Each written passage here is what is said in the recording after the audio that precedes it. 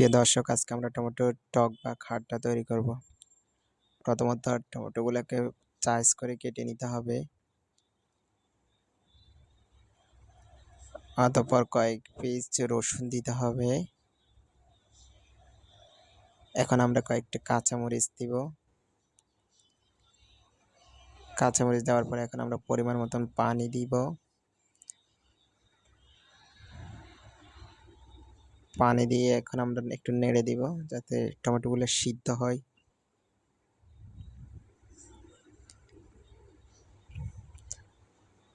এখন আমরা হলুদ গুঁড়া দিব।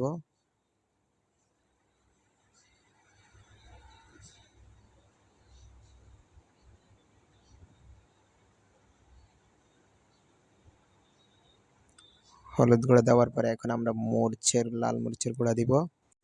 টমেটো সিদ্ধ হওয়ার জন্য আমরা 5 মিনিট অপেক্ষা করব। আমাদের টমেটো সিদ্ধ হয়ে গেছে। এখন আমরা ভালোভাবে টমেটোগুলোকে মিক্স করে নিব।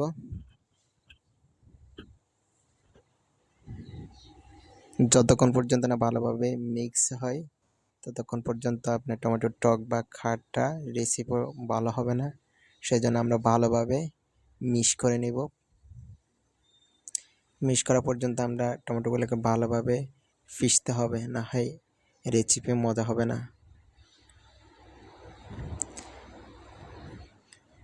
এখন আমাদের পরিমাণ মতো পানি দিতে হবে। আপনার টমেটো পরিমাণ করে আপনি পানি দিবেন, কম বেশি।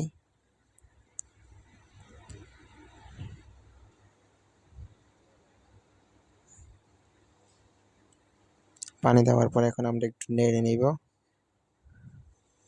যাতে করে টমেটোগুলো পানির সাথে মিক্স হয়ে যায়। তারপর আমরা ইচ্ছা করলে আবার 2টি কাঁচামরিচ দেব। তারপর এখন লবণ দিয়ে সিদ্ধ করে নেব। আমরা কিছুক্ষণ অপেক্ষা করব। আগুন দিয়ে আজকে সারা টমেটোর টক বা খাটটা তৈরি হয়ে গেল।